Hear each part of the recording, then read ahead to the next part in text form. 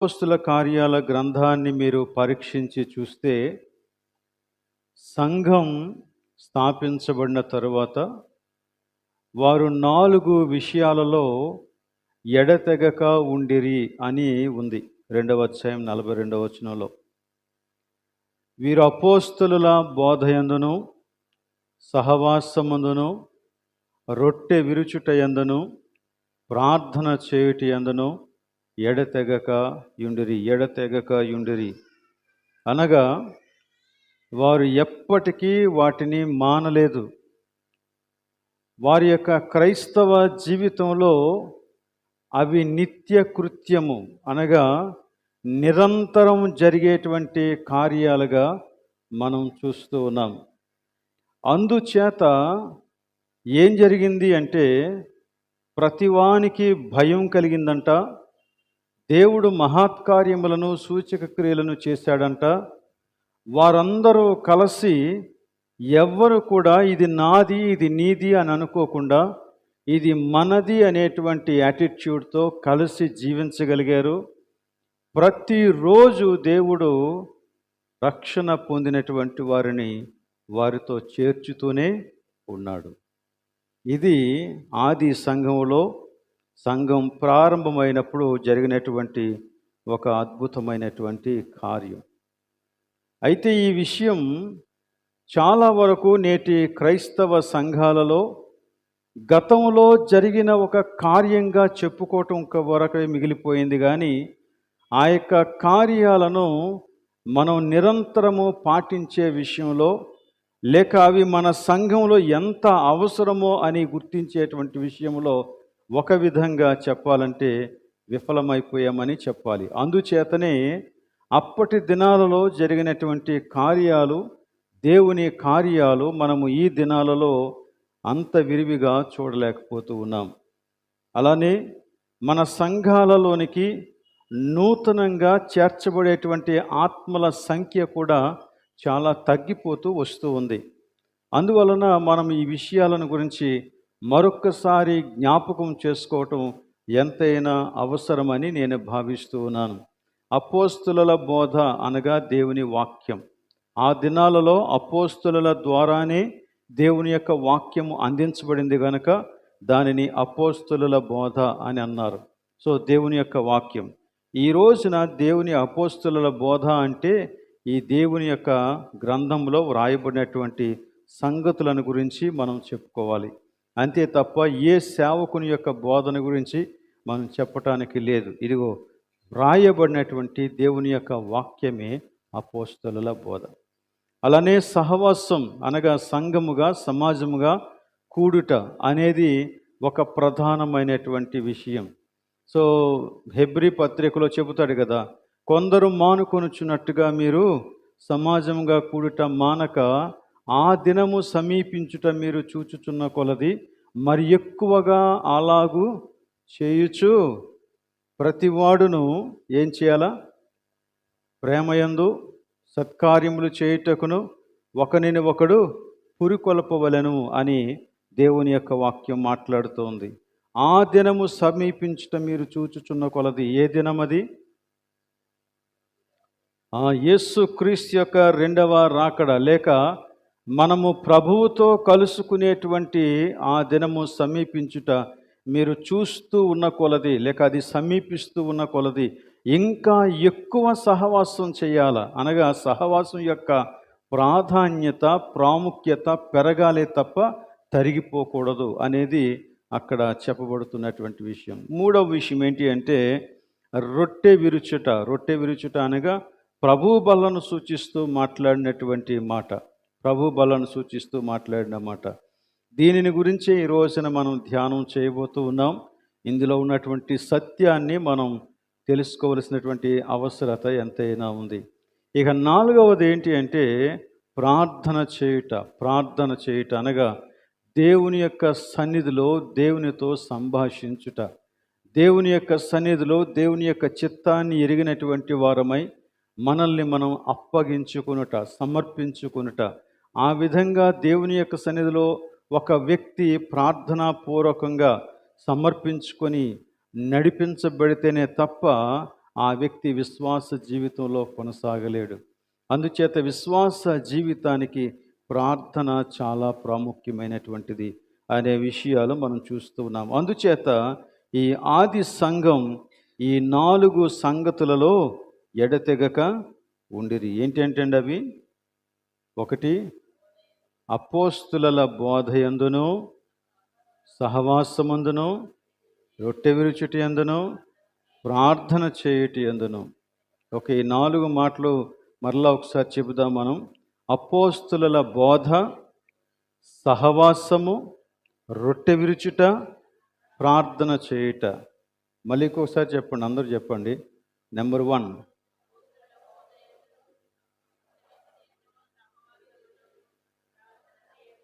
Okay. ఇక్కడ ఉన్నటువంటి వారు అందరూ చెబితే ఇంకా గట్టిగా రావాలి కదా, ఇంకా గట్టిగా రావాలి. యందును అనే మాట వదిలేసి జస్ట్ అబ్స్ట్రాక్ట్స్ చెప్పండి. ఏంటి? అపోస్తుల బోధ, సహవాసము, రొట్టె విరుచుట, ప్రార్థన. ఈ 4 మాటలు చెప్పండి. ఓకేనా? రైట్. 1,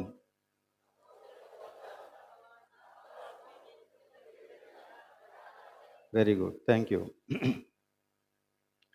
సో వీటిని మన జీవితంలో, విశ్వాస జీవితంలోంచి ఎప్పటికీ తొలగించటానికి లేదు, ఎప్పటికీ తొలగించటానికి లేదు. ఓకే, రొట్టె విరుచుటను గురించి మనం ఆలోచన చేస్తే, ఆది సంఘం రొట్టె విరుచుట అనే ఈ ప్రభు బల్ల కార్యక్రమాన్ని చాలా విరివిగా చేసేవారు.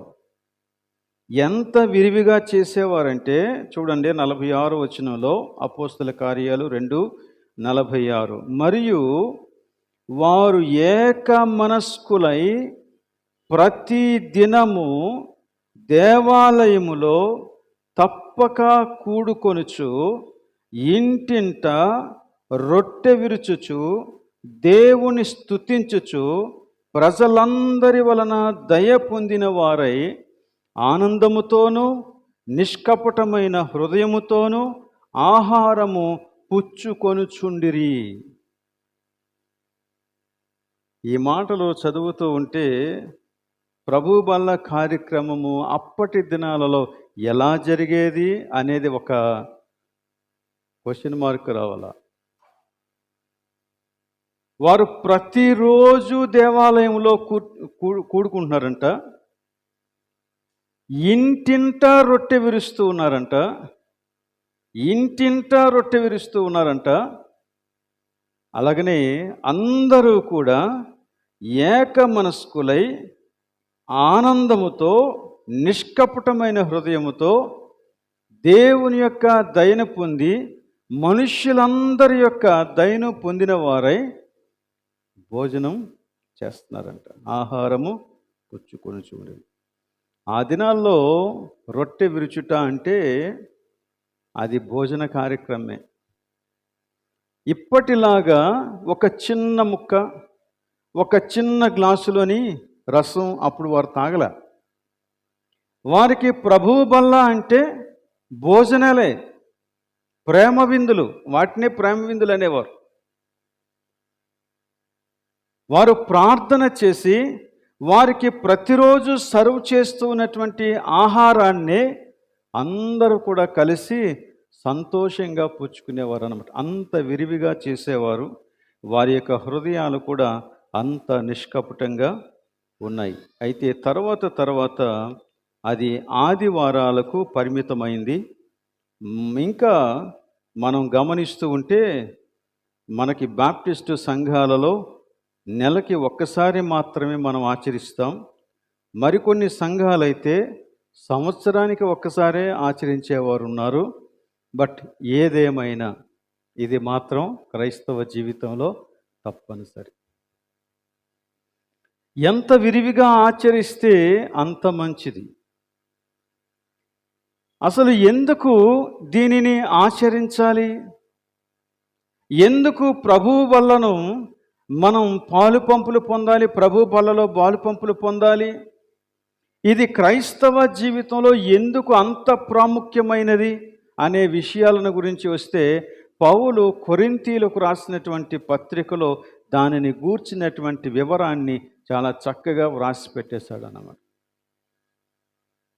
ఆ వచనాలు చదువుతూ ఉంటే ఈ ఆచారం లేక ఈ సంస్కరణ యొక్క ప్రాముఖ్యత ఎంతో మనకి అర్థమవుతుంది.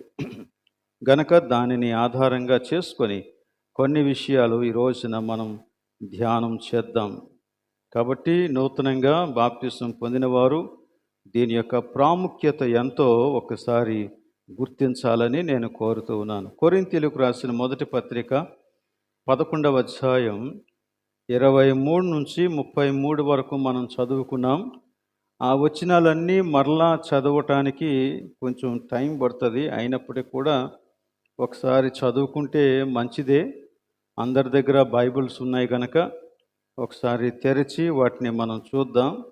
అందులో కొన్ని సంగతులను మాత్రమే నేను మీకు ఈ రోజున వివరించి చెబుతాను. అయితే ఆ వచన భాగాన్ని ఒక్కసారి నేను చదువుతాను, మీరు జాగ్రత్తగా దాన్ని చూడాలని నేను కోరుతూ ఉన్నాను. ఇది మనకు చాలా పరిచయమైనటువంటి వాక్య భాగం కనుక మనం ఏం చేస్తూ ఉంటామంటే దాన్ని పొడి పొడిగా చదివేస్తూ ఉంటాం బయట పైన. కానీ దాని ప్రతి మాట చాలా ప్రాముఖ్యమైనటువంటిది. 23వ వచనం నుండి నేను చదువుతున్నాను. నేను మీకు అప్పగించిన దానిని ప్రభువు వలన పొందితిని. ప్రభు అయిన యేసు తాను అప్పగింపబడిన రాత్రి ఒక రొట్టెను ఎత్తుకొని కృతజ్ఞతాస్తుతులు చెల్లించి దానిని విరిచి, ఇది మీ కొరకైన నా శరీరము, నన్ను జ్ఞాపకము చేసుకొనుటకై దీనిని చేయుడని చెప్పాను.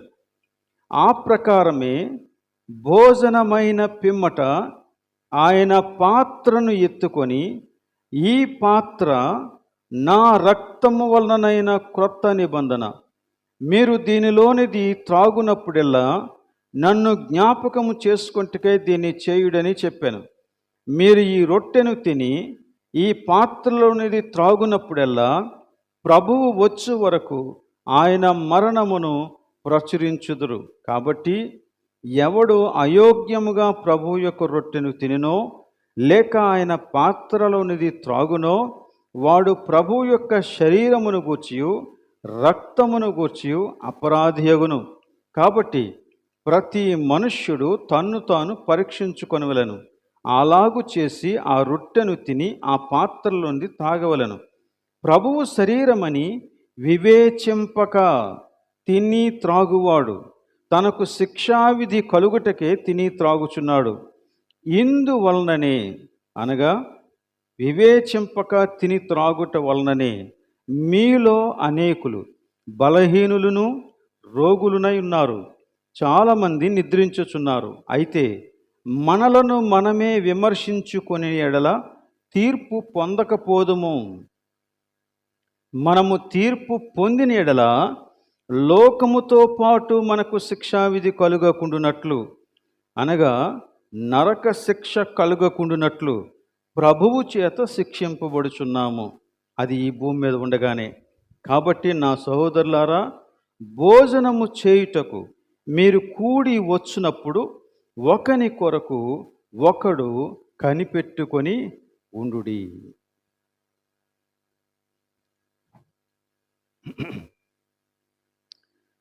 ఈ వచనాలలో మొట్టమొదట అసలు ప్రభువు బల్ల అంటే ఏంటి అనేది వివరించి, రెండవదిగా ప్రభువు బల్లను సమీపించటానికి ఒక వ్యక్తి ఎటువంటి వైఖరిని కలిగి ఉండాలి అనేది చెప్పి, మూడవదిగా ఒకవేళ ప్రభువు బల్లను సమీపించటానికి ఉండాల్సినటువంటి వైఖరిని ఒకవేళ విశ్వాసి కనుపరచకపోతే దానికి తగినటువంటి ప్రతిఫలాన్ని అనుభవించాల్సి వస్తుంది అని చెప్పి హెచ్చరించి ఈ వాక్య భాగాన్ని వ్రాశాడు. అపోస్తులైన పౌలు దీనిని వ్రాస్తూ నేను ప్రభువు వలన దీనిని పొందాను అని మాట్లాడుతున్నాడు. బహుశా దేవుడు అపోస్తులైన పౌలుకు ఒక ప్రత్యేకమైనటువంటి ప్రత్యక్షత కలుగు చేశాడేమో. శిష్యులకు ఇది అనుభవమే. యేసుక్రీస్తుతో పాటు ఉన్నటువంటి శిష్యులు యేసుక్రీస్తు ఆ శిలువ వేయబడటానికి ముందు రోజు రాత్రి యేసుక్రీస్తుతో పాటు కలిసి ఈ విందులో పాల్గొన్నారు. అప్పుడే యేసుక్రీస్తు వారికి ఈ విషయాలన్నీ కూడా వివరించి చెప్పాడు.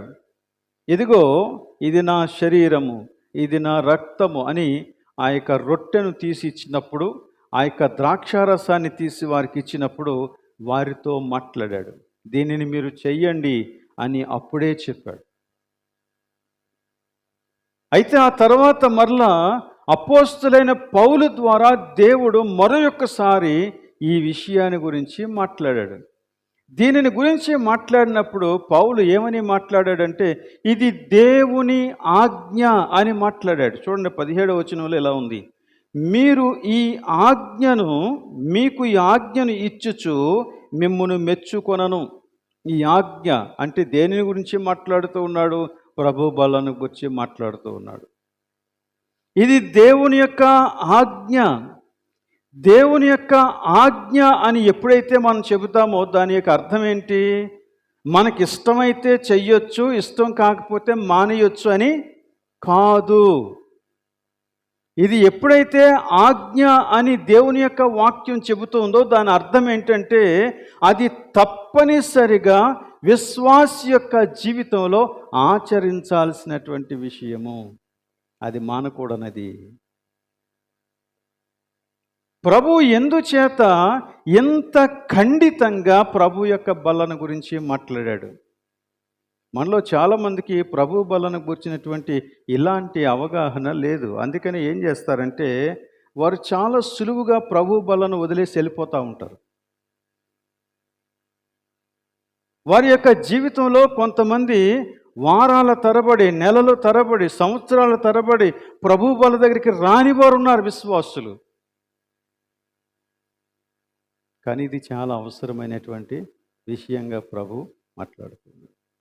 ఇది దేవుడే మనకి అప్పగించినటువంటి సంగతి. ఇందులో ఉన్నటువంటి 3 విషయాలు నేను మీకు చూపించేసి ముగించేస్తాను.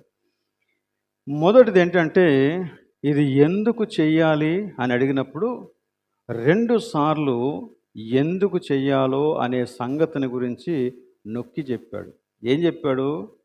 24వ వచనంలోను 25వ వచనంలోను ఆ మాట రిపీట్ అయింది.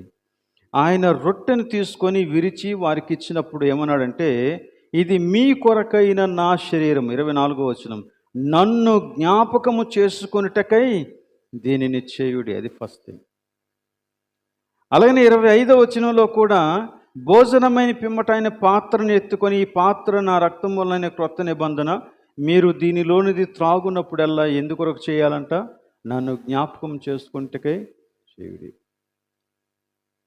సో ప్రభు వాళ్ళ వెనకాల మనకు కనపడేటువంటి వ్యక్తి ఎవరు? యేసుక్రీస్తు. ఇది మొదటి విషయం. ప్రభు బల దగ్గరికి వచ్చినప్పుడు మనకి గుర్తుకు రావలసిన వారు మన ప్రభు.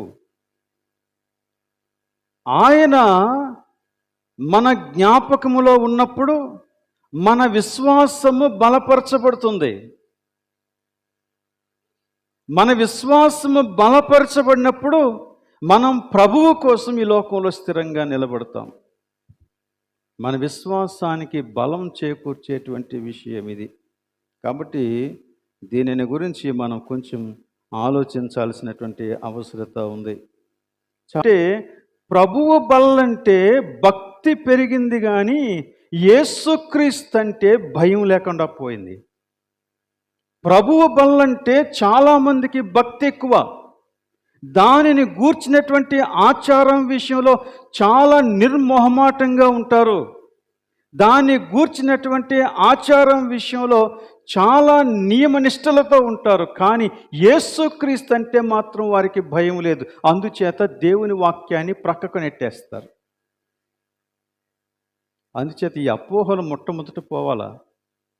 అపోహలంటే మనం కల్పించుకున్నటువంటి భ్రమలు. అపోహలంటే అబద్ధ బోధలు. అవన్నీ కూడా నిజాలు కావు, దేవుడికి నేర్పించినటువంటివి కావు, మూఢనమ్మకాలు. అవి కూడా దేవుడు కల్పించినటువంటివి కావు. దేవుడు మూఢనమ్మకాలని ఎక్కడా కూడా ప్రోత్సహించలేదు. కాబట్టి ఈ విషయాన్ని మనం గమనించాలన్నమాట. అలాంటి వాటిలో పడి క్రైస్తవ లోకం కొట్టుకుపోతూ ఉంది. మనం కూడా దాంతో పాటు కొట్టుకుపోతున్నాం. కాబట్టి అవి మన దరికి చేరకుండా ఉండాలి అంటే అవేంటివో కూడా మనం తెలుసుకోవాలి. మొదటి ఏంటి అంటే ట్రాన్సబ్స్టాన్సియేషన్. అంటే ఈ రొట్టె, ఈ ద్రాక్షారసం అవి మామూలుగా బజార్లోంచి మనం తీసుకొచ్చినటువంటివే, మనం కొని తీసుకొచ్చినటువంటివే. కొన్ని సంఘాల్లో వాటిని స్వయంగా వారే తయారు చేసి తీసుకొస్తారు, మంచిదే, ఏదైనా పర్వాలేదు. అయితే ఈ ట్రాన్సబ్స్టాన్సియేషన్ అంటే అర్థం ఏంటంటే వాటి కోసం మనము ప్రార్థన చేసిన తరువాత అవి లిటరల్గా ఇది యేసుక్రీస్తు యొక్క శరీరంగాను యేసుక్రీస్తు యొక్క రక్తంగాను మారిపోతాయి అనే నమ్మకం. అలా బైబిల్ ఎక్కడ బోధించలేదు. ప్రార్థన చేయకముందు ఆ రొట్టె ఎలా ఉందో ప్రార్థన అయిన తర్వాత కూడా ఆ రొట్టె అలానే ఉంటుంది. ప్రార్థించక ముందు ఆ ద్రాక్షారసం ఎలా ఉందో ప్రార్థన చేసిన తర్వాత కూడా ఆ ద్రాక్షారసమే అది అలాగే ఉంటుంది. అది మార్పు చెందదు.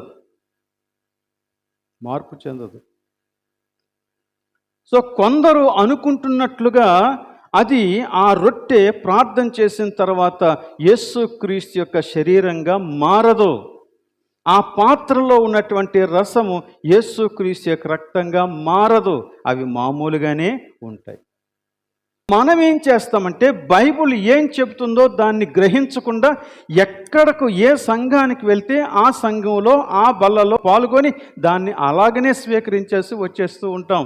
మనం దాని గురించి అస్సలు ఆలోచించం. వారు ఏది చెప్తే అది నిజం అనుకుంటాం, కానీ అది కాదు. సో కనుక ఈ రొట్టె కానీ ఈ ద్రాక్షారసం కానీ ప్రభు యొక్క శరీరంగా ప్రభు యొక్క రక్తంగా మారవు. ఇది మొట్టమొదట మనం తెలుసుకోవాల్సిన విషయం. అది ఇంకా మామూలుగా రొట్టె అలాగనే ద్రాక్షారసమే.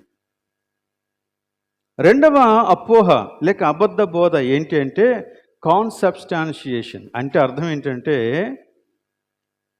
ఈ రొట్టె ఈ ద్రాక్షారసం ఇక్కడికి వచ్చిన తర్వాత మనం వాటి కోసం ప్రార్థన చేసినప్పుడు, ముఖ్యంగా యాజకుడు ప్రార్థన చేసిన తర్వాత ప్రభువు ఆ రొట్టెలోనూ ఆ ద్రాక్షారసంలోనూ ఆత్మస్వరూపిగా ఉంటాడు అని కొంతమంది నమ్ముతారు. అవి మారిపోవు, అవి రొట్టెగానే ద్రాక్షారసంగానే ఉంటాయి, కానీ అందులో ఆత్మరూపిగా యేసుక్రీస్తు ఉంటాడు అని కొంతమంది నమ్ముతారు అన్నమాట. ఇది కూడా తప్పే. యేసుక్రీస్తు అలా వస్తువులలో ఉండడు.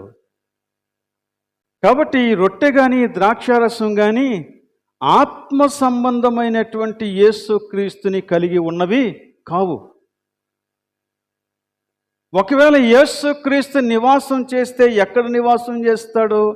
మన మధ్య నివాసం చేస్తాడు, మనలో నివాసం చేస్తాడు ఆయన. నీవే ఆయనకు ఆలయం.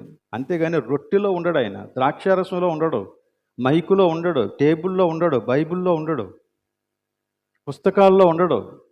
ఆయన ఉండేది నీలో, మన మధ్య.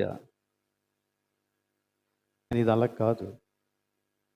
అప్పుడు ఏం జరుగుతుందంటే ఆ రొట్టె ఆ ద్రాక్షారసాన్ని వారు ఆరాధించడం ప్రారంభిస్తారు. అదొక విగ్రహంలాగా మారిపోతూ ఉంది. ఎందుకంటే ఆ రొట్టెలో యేసుక్రీస్తున్నాడు, ఆ ద్రాక్షారసంలో యేసుక్రీస్తున్నాడు.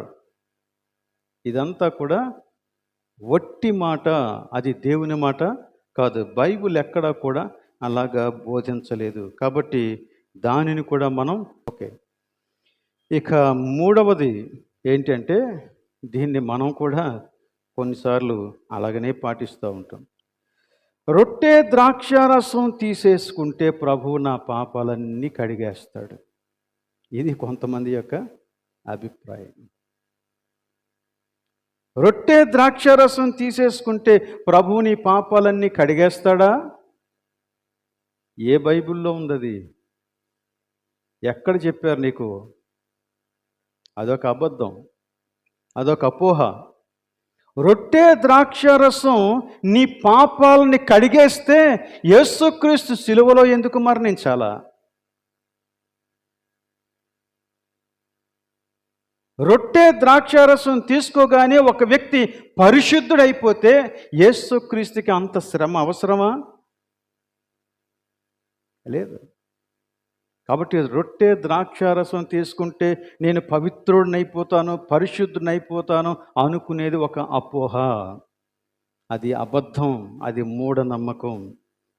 ఇంకొంతమందికి ఎలాంటి నమ్మకం ఉంటుందంటే, ఈ రొట్టె ద్రాక్షారసం తీసుకుంటే నా అనారోగ్యాలన్నీ పోతాయి, నాకు స్వస్థత.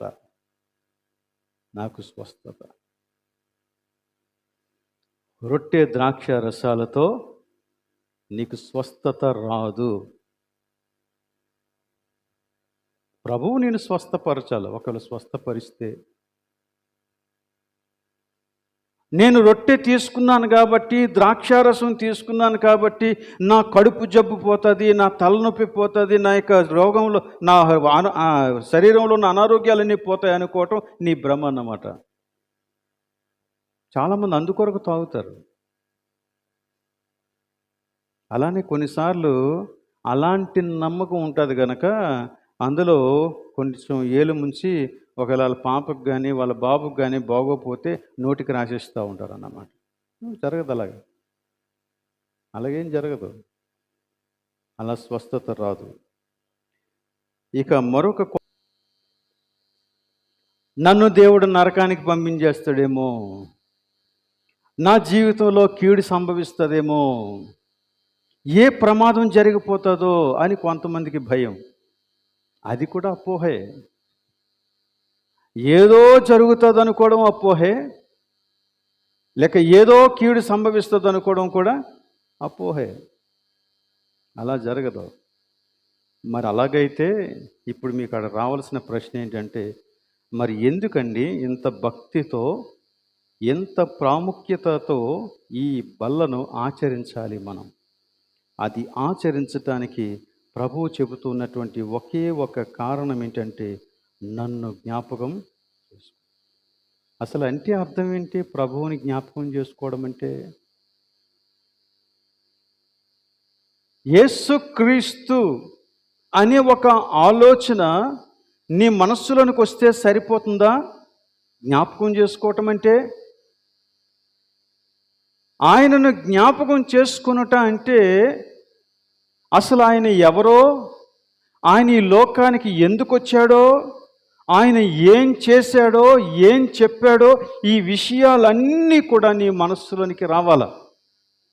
మనస్సులోనికి వచ్చినప్పుడు నీకు ఏం అర్థమవుతుందంటే, యేసు లేకపోతే నాకు జీవం లేదు, యేసు లేకపోతే నాకు రక్షణ లేదు, యేసు లేకపోతే నాకు భద్రత లేదు, యేసు లేకపోతే నాకు నిరీక్షణ లేదు, నేను ఆయన రాజ్యంలో ఉంటానన్న గ్యారంటీ నాకు లేదు. ఒకప్పుడు నా పరిస్థితి బహు భయంకరమైనది. ఎంత భయంకరమైనదంటే నేను నరక పాత్రుడను. కానీ ప్రభువు నన్ను ఆ భయంకరమైన నరకంలో ఉండి తప్పించి తన యొక్క నిత్య రాజ్యానికి వారసుడిగా చేశాడు. సో ప్రభువుని జ్ఞాపకం చేసుకునేటప్పుడు ఈ విషయాలన్నీ నీ మనస్సులోనికి రావాలి ఖచ్చితంగా. అప్పుడు దీని ప్రాముఖ్యత ఏంటో నీకు అర్థమవుతుంది అన్నమాట. అంతే తప్ప కొన్ని వాటి చుట్టూ ఏవో అపోహలు భ్రమలు కల్పించేసుకొని వాటిని భక్తితో చేసేస్తే అంత అయిపోతుంది అనుకోవటం అది మరి భ్రమ. అలా కాదు. ఈ బల్ల నీ స్థితిని నీకు తెలియచేయాల. ఈ బల్ల ప్రభువు నీ భయంకరమైన స్థితిలోంచి తన యొక్క శిలువ మరణం ద్వారా నిన్ను ఎలా విడిపించి బయటకు తీసుకొచ్చాడో అది నీకు అర్థం కావాలి. అది నీకు అర్థం కావాలి. ప్రభువు నీకు జీవం ఇచ్చాడు. ఆయనే గనక మనకి జీవం ఇవ్వకపోతే మనం ఈ రోజున రక్షింపబడిన స్థితిలో ఉండేవారం కాదు. ఆయన మనలను రక్షించటం మాత్రమే కాదు, నరకం నుండి తప్పించటం మాత్రమే కాదు, ఈ లోకములో నీవు జీవించినంత కాలం నీ విశ్వాస జీవితానికి భద్రత కలుగు చేసిన వాడు కూడా ఆయనే. ఎంత భద్రత కలుగు చేశాడంటే నీ పాపాలను క్షమించాడు, నిన్ను నీతిమంతునిగా తీర్చాడు, నిన్ను పరిశుద్ధాత్మ చేత ముద్రించాడు, అలానే పరిశుద్ధుల యొక్క సహవాసులనికి తీసుకొని వచ్చాడు, పరిశుద్ధ వాక్యాన్ని నీకు తెలియజేస్తూ ఉన్నాడు. అలానే నీకోసం నిరంతరం తండ్రి కుడి పార్శ్వన కూర్చొని విజ్ఞాపన చేస్తూ ఉన్నాడు. అలాగనే నీకు మాటి మాటికి జ్ఞాపకం చేయటానికి పరిశుద్ధ సేవకులను ఇచ్చాడు. ఇదంతా దేవుడు నీకు చుట్టూ కలుగు చేసినటువంటి ఒక భద్రత అన్నమాట.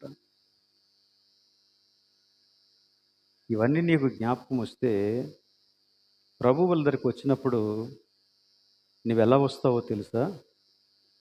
ఖచ్చితంగా కృతజ్ఞతతో వస్తావు. రెండవది పశ్చాత్తాపంతో వస్తావు. ప్రభువా నన్ను క్షమించు అని. దేవుడు చేసిన కార్యాన్ని బట్టి దేవుణ్ణి స్తుతిస్తూ కృతజ్ఞతాపూర్వకంగా వస్తావు.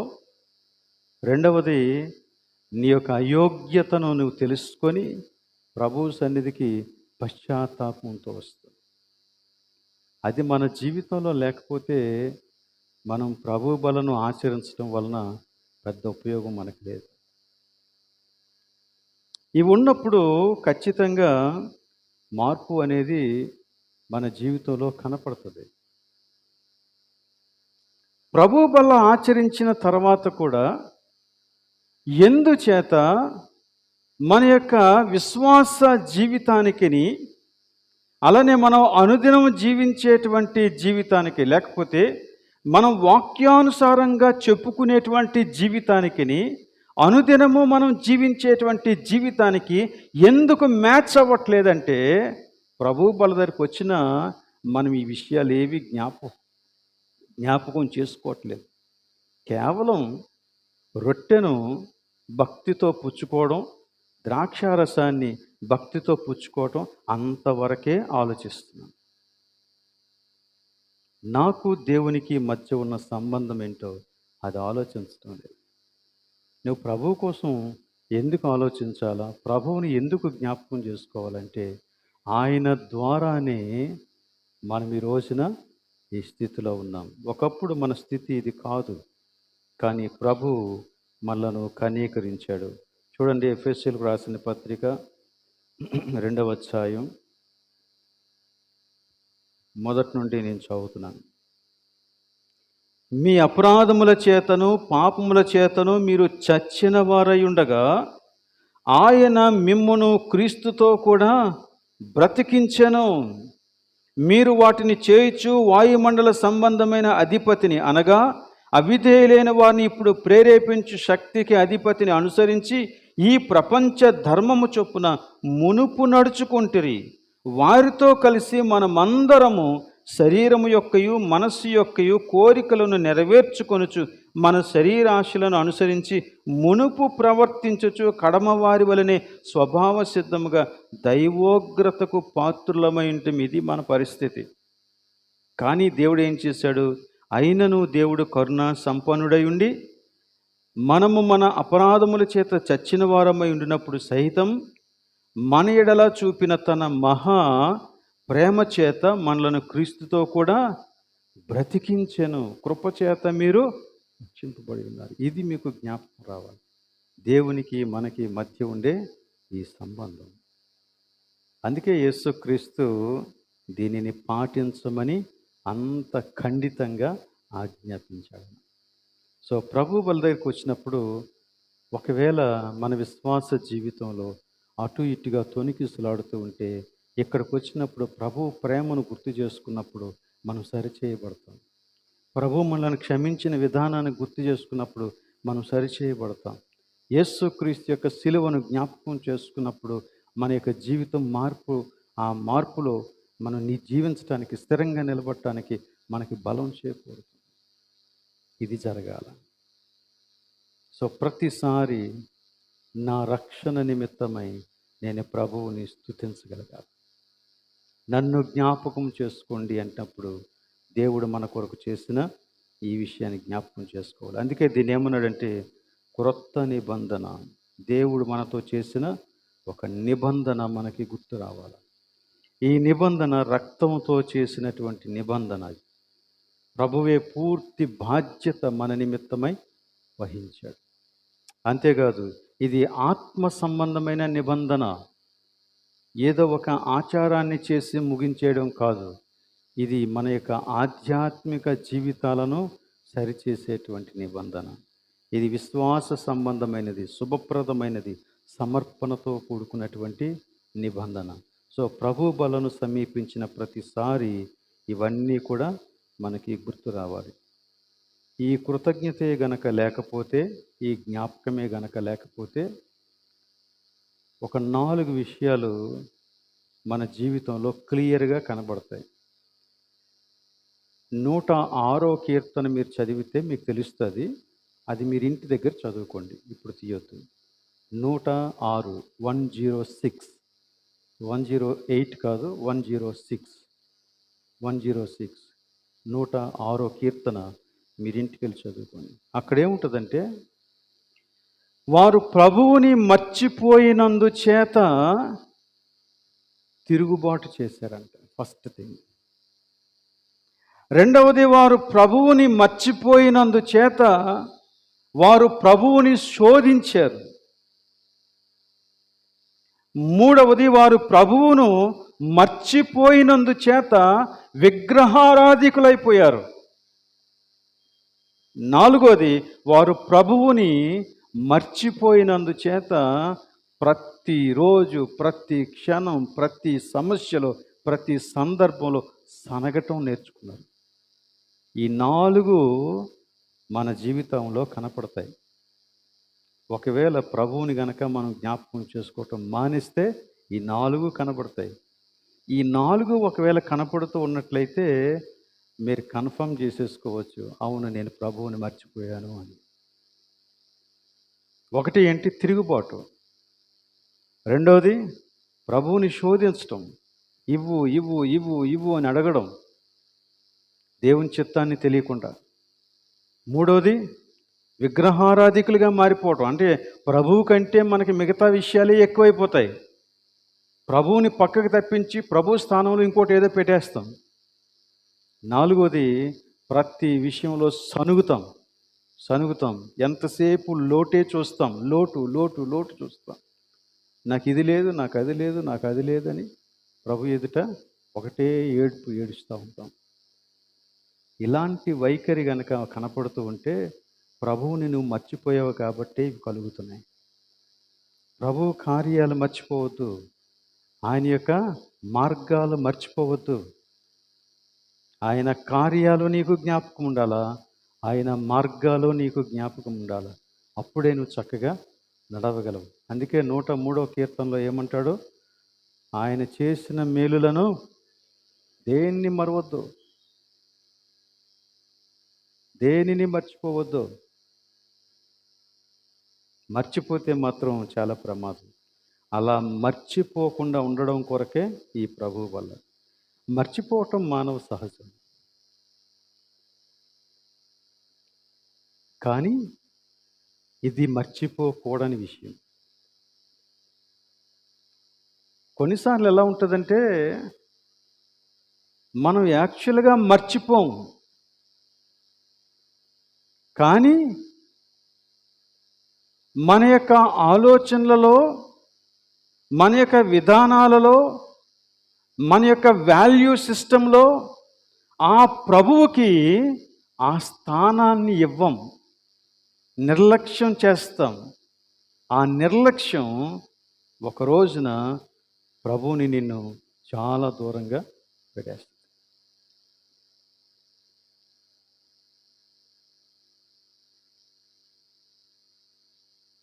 నీ మనస్సు నిండా ఏది నిండితే నీకు ప్రతి చోట అదే కనబడుతుంది. నీ మనస్సులో వేరేది ఉంటే నువ్వెంత వెతికినా నువ్వు అనుకున్నది నీకు కనపడదు. మనం కొన్నిసార్లు కొన్ని వస్తువుల కోసం వెతుకుతాం, అది అక్కడే ఉంటుంది కానీ కనిపించదు.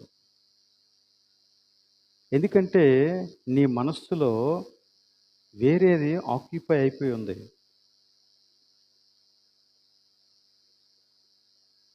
అందుచేత నీ కళ్ళ ఎదుట ఉన్నది కూడా నీకు కనపడదు. ప్రభు దగ్గరకు వచ్చినప్పుడు నీ మనస్సు నిండా నిండుకున్నది ఏంటి, అది మనం చూసుకోవాలి. ఓకే, మిగిలిన రెండు కూడా బహుశా మనకి ఇప్పుడు చెప్పుకునేంత సమయం లేదు, కానీ ఈ విషయాన్ని మీరు జ్ఞాపకం చేసుకోండి. మిగిలినవి రెండు ఏంటంటే ప్రాముఖ్యమైన మరో రెండు సంగతులు. ఒకటి, మీరు ఆయన బల్ల దగ్గరికి వచ్చిన ప్రతిసారి ప్రభువు వచ్చు వరకు ఏం చేయాలంట? ఆయన మరణమును గూర్చి ప్రచురము చేయాలి. ఎప్పటి వరకు? ప్రభు వచ్చే వరకు. అంటే ఈ బల్ల నీకు క్రీస్తులో దొరికినటువంటి రక్షణను మాత్రమే కాదు, తద్వారా నీకున్న బాధ్యతను కూడా గుర్తు చేస్తుంది. నీకున్న బాధ్యతను కూడా గుర్తు చేస్తుంది. ఓకే, మనం మామూలుగా ఆరాధనలో కానుకలు సేకరిస్తాం, అదొకటి. ప్రభు బలను ఆచరించినప్పుడు ప్రత్యేకంగా కానుకలు సేకరిస్తాం. ఎందుకొరకు? బీదల కొరకు. అంటే అర్థం ఏంటి? ఏ బీదల కోసం?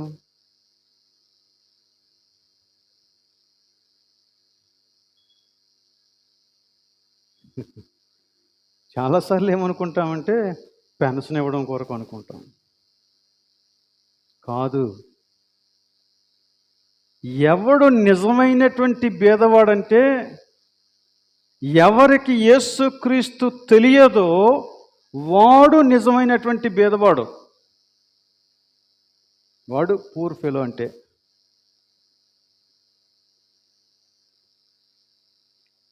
నువ్వు యేసుక్రీస్తులో ఉన్నావు గనక బల్ల నీకు ఏమి నేర్పించాలంటే, యేసుక్రీస్తు సర్వలోకంలో ఉన్న ప్రజలందరి కోసం చనిపోయాడు. ఆయన నీవు ఒక్కడి కోసం కాదు. ఈ రోజున నువ్వు నేను ఎలాగైతే రక్షించబడ్డామో అలాగనే ప్రపంచంలో ఉన్న మనుషులు అనేక మంది ఇంకా రక్షించబడవలసిన వారు ఉన్నారు.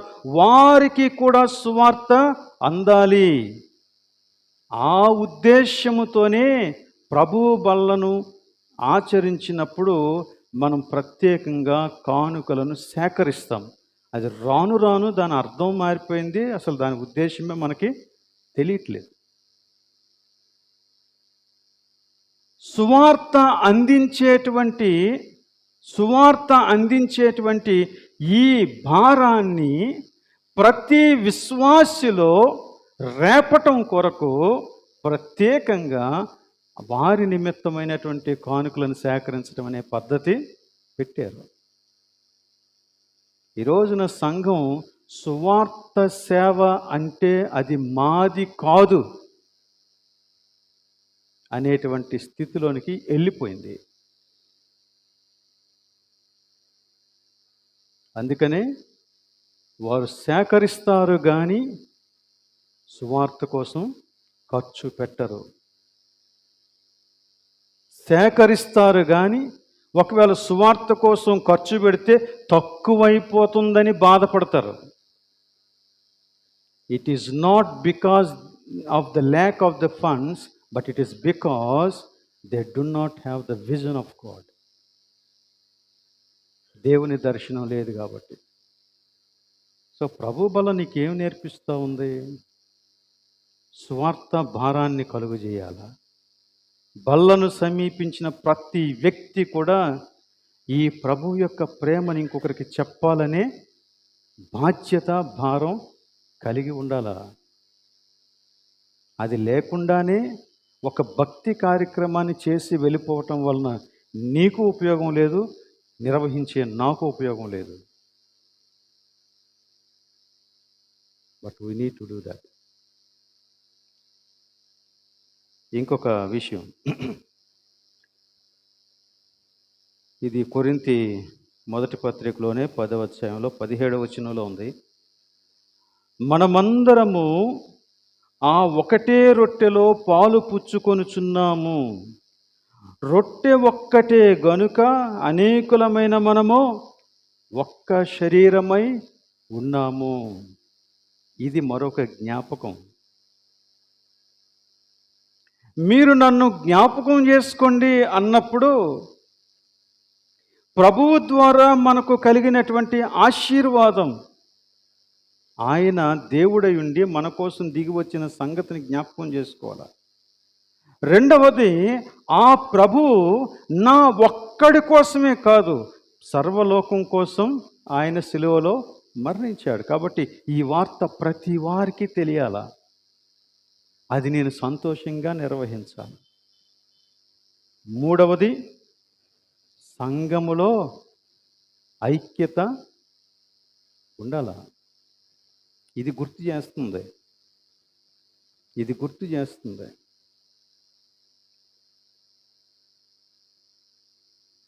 ఒక్కటే రొట్టె అందరూ తీసుకోవటం వలన, అందరూ అందులో పాలు పంపులు పొందటం వలన అనేకులమైన మనము ఒక్క శరీరమై ఉన్నాము. ఇది మనం సాధించిన ఐక్యత కాదు, కానీ ప్రభువు మన కొరకు సాధించి పెట్టినటువంటి ఐక్యత ఇది. ఈ ఐక్యతను కాపాడవలసిన బాధ్యత మన మీద ఉందని ఈ బల్ల మనకి జ్ఞాపకం చేస్తుంది.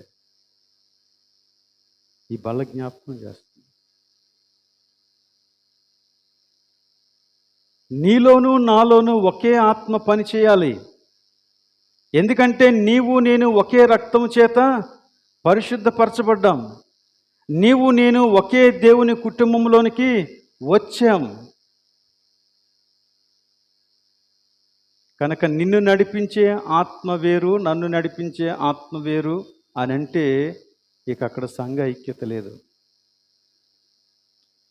ఒకవేళ మనందరిలో ఒకే ఆత్మ పని చేస్తే ఎలా ఉంటుంది? వేరు ఆత్మలు పని చేస్తే ఎలా ఉంటుంది? బైబిల్ చెప్తుంది. మనందరిలో ఒకే ఆత్మ పని చేస్తే లూకాసు వార్త 1:41 నెరవేరుతుంది. ఒకవేళ మనలో వేరు ఆత్మలు పనిచేస్తే యోహాను సువార్త 8:40 నెరవేరుతుంది.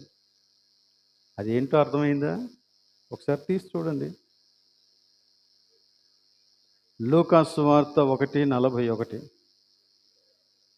ఎలిజబెతు మరియ యొక్క వందన వచనము వినగానే ఆమె గర్భములోని శిశువు గంతులు వేసెను. మరియా, ఎలిజబెతు దగ్గరికి మరియ వచ్చింది. ఎలిజబెతు దేవుని యొక్క పరిశుద్ధాత్మ చేత ఆమె గర్భం ధరించి ఉంది. మరియా దేవుని యొక్క పరిశుద్ధాత్మ చేత ఆమె గర్భం ధరించి ఉంది. అంటే ఇద్దరు కూడా దేవుని పరిశుద్ధాత్మ చేత నింపబడిన వ్యక్తులు ఒక్క దగ్గరికి వచ్చినప్పుడు ఏం జరిగిందో తెలుసా? ఒకరికి ఒకరు వందనాలు తెలియజేస్తే ఆ సంతోషం లోపల నుంచి తన్నుకొచ్చిందంటాను. గర్భములోని శిశువు గంతులు వేసెను. ఈ రోజున మన పరిస్థితి అదేనా?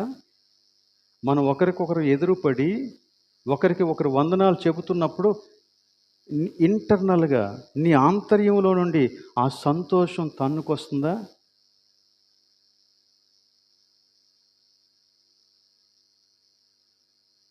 ఒకే ఆత్మచేత నింపబడినప్పుడు ఖచ్చితంగా అలాంటి సంతోషం ఉంటుంది.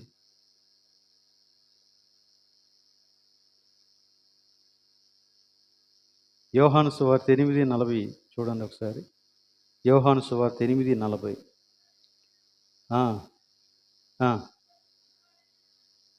దేవుని వలన వినిన సత్యము మీతో చెప్పిన వాడనైన నన్ను మీరిప్పుడు ఏం చేస్తున్నారు? వెతుకుచూ ఉన్నారు.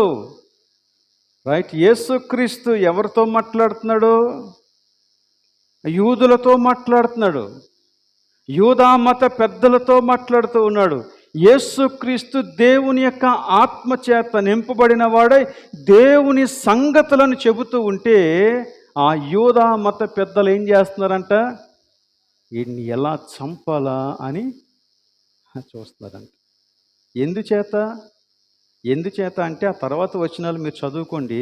యేసుక్రీస్తు క్లియర్గా చెబుతాడు, మీరు మీ తండ్రి యొక్క సంబంధులు. ఎవరు మీ తండ్రి? అపవాది అంటాడు. They were not filled with the same spirit.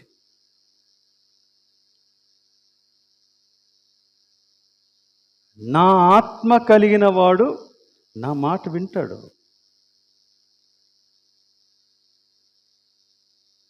నా ఆత్మ లేనివాడు నా మాట మాట్లాడు వానిని చంపుతాడు, నా మాటను పక్కకు నెడతాడు. సో ద సేమ్ స్పిరిట్ ఉంటే లోపల నుండి సంతోషం పెళ్ళుబుకుతుందంటే. కానీ వేరు ఆత్మల చేత మనం నడిపించబడితే అక్కడ మిక్కుటమైన ద్వేషం ఉంటుంది, సంతోషం ఉండదు. మిక్కుటమైన ద్వేషం ఉంటుంది. నువ్వు నన్ను లాగుతావు, నేను నిన్ను లాగుతాను. మిక్కుటమైన ద్వేషం ఉంటుంది. కనుక ఈ మూడు చాలా ప్రాముఖ్యమైన విషయాలు. నన్ను జ్ఞాపకం చేసుకుంటకై మీరు చెయ్యండి.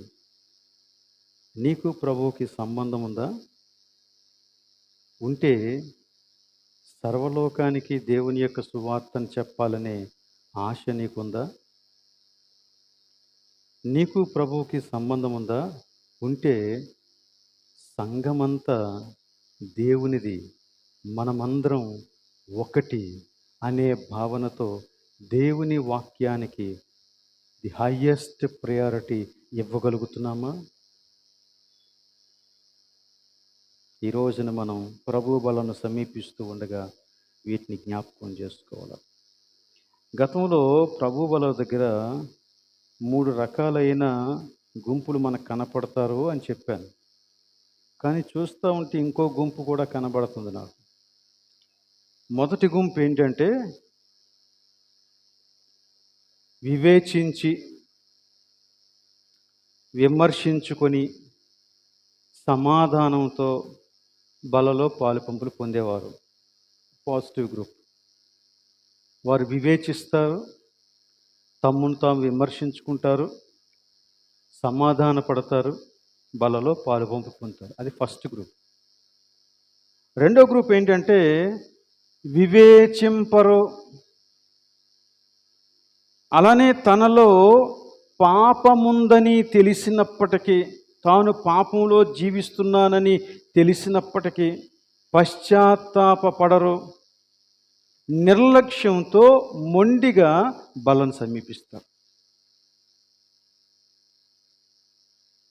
మొదటి గుంపు పశ్చాత్తాపంతో వస్తారు.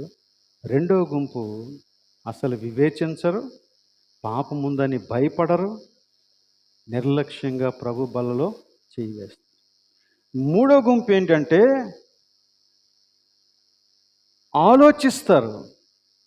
అవును, నిజమే, నాలో పాపం ఉందే అని ఒప్పుకుంటారు. కానీ మార్పు అనేది ఇష్టం ఉండదు. కాబట్టి ఏం చేస్తారంటే బల్ల దగ్గర నుంచి లేచి వెళ్ళిపోతారు, పాల్గొరు. ఇది కూడా ఘోరమే. ఇంకో గుంపు ఒకటి ఉందండి, నాలుగో గుంపు. నాలుగో గుంపు ఏంటంటే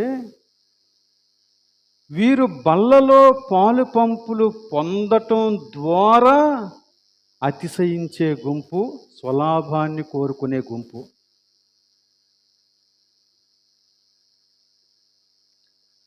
యూదా బల్లలో పాల్గొన్నాడా? పాల్గొన్నాడు. ఎందుకు పాల్గొన్నాడు?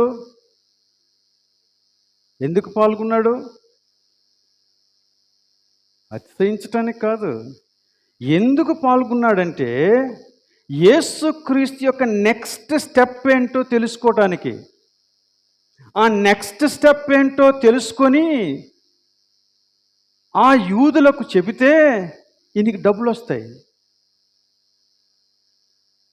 స్వలాభం కోసం.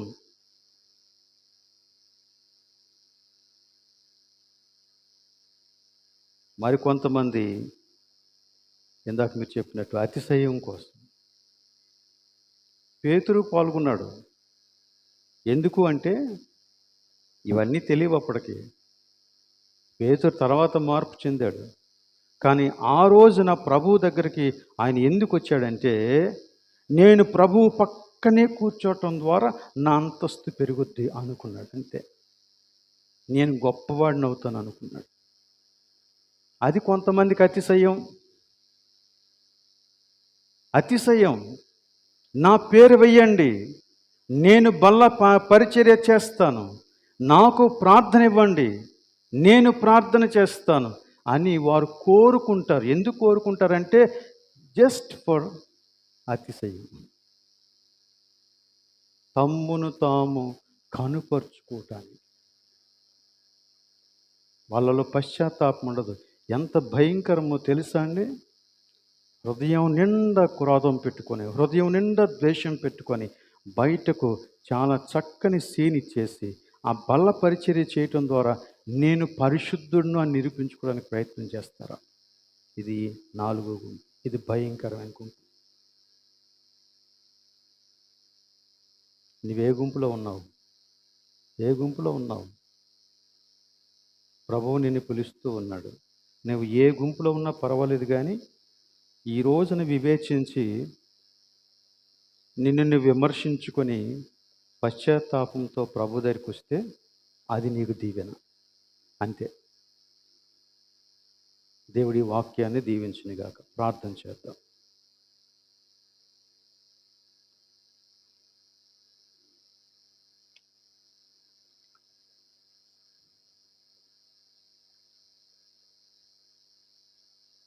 తలలు ఉంచుకొని కన్నులు మూసుకొని ప్రభు వైపుకి ఒకసారి మనం చూద్దాం. ఆయన బలను సమీపించబోతూ ఉండగా మనల్ని మనం విమర్శించుకోవటం అవసరం. ప్రభువుని జ్ఞాపకం చేసుకోవటం అవసరం. మన బాధ్యత ఏంటో గుర్తించటం అవసరం. మనం ఎవరి సంబంధులమో తెలుసుకోవటం అవసరం. ప్రభువా, నన్ను క్షమించు, అయోగ్యుడనైన నన్ను కనికరించి నీ బల్ల దగ్గరకు నన్ను చేర్చుకొని ఆదరించమని ప్రభు సన్నిధిలో నిన్ను నీవు అప్పగించుకో. దేవుడు సహాయం చేస్తాడు. ప్రేమ కలిగిన మా ప్రభువా, నీకు వందనాలు. నీ వాక్యపు సత్యాన్ని బట్టి నీకు స్తుతులు చెల్లిస్తూ ఉన్నాం. ఈ రోజున నీ బలను సమీపించబోతూ ఉండగా, అవును తండ్రి, నీ వాక్యంలో చెప్పబడిన రీతిగా మేము నిన్ను జ్ఞాపకం చేసుకొని యథార్థమైన హృదయంతో, నిష్కపటమైనటువంటి హృదయంతో, ఆనందంతో మేము నీ సన్నిధికి చేరి దేవా, నీ బల్ల దగ్గర ఉన్న సంతోషాన్ని అనుభవించినట్లు మాకు సహాయం దయచేయమని, ప్రతి ఒక్కరిని మీరు బలపరచుమని, ఎవ్వరూ నీ బల్లను సమీపించకుండా దూరమైపోకుండా సహాయం దయచేయమని, సమీపించు ప్రతి వ్యక్తి యథార్థంగా సమీపించడానికి నీ కృప చూపించుమని ప్రార్థన యేసు పరిశుద్ధ నామములో అడుగుచూ ఉన్నాం తండ్రి. ఆమేన్. పరలోకమందున్న మా తండ్రి, నీ నామం పరిశుద్ధపరచబడునుగాక, నీ రాజ్యం వచ్చునుగాక, నీ చిత్తం పరలోకము నెరవేరినట్లు భూమి మీద నెరవేరునుగాక. మందిన ఆహారాన్ని మాకు దయచేయము, మా రుణస్తులను క్షమించిన ప్రకారం క్షమించము, శోధనకు తేక కీడును తప్పించుము. ఎదగనగా రాజ్యము, బలము, మహిమ నిరంతరము నీవైనావు తండ్రి. ఆమేన్. తొట్టిల్లకుండా మిమ్మల్ని కాపాడుటకును, తన మహిమ ఎదుట ఆనందంతో మిమ్మల్ని నిలవబెట్టుటకును మన తండ్రి అయిన దేవుని ప్రేమ, కుమారుడైన యేసుక్రీస్తు యొక్క కృప, పరిశుద్ధాత్మ అన్యోన్య సహవాసం ఇక్కడ చేరిన మనకు, ఆయన బిడ్డలైన ప్రతి వారికి, సంఘమంతటికి సదాకాలము తోడే ఉండునుగాక. ఆమేన్.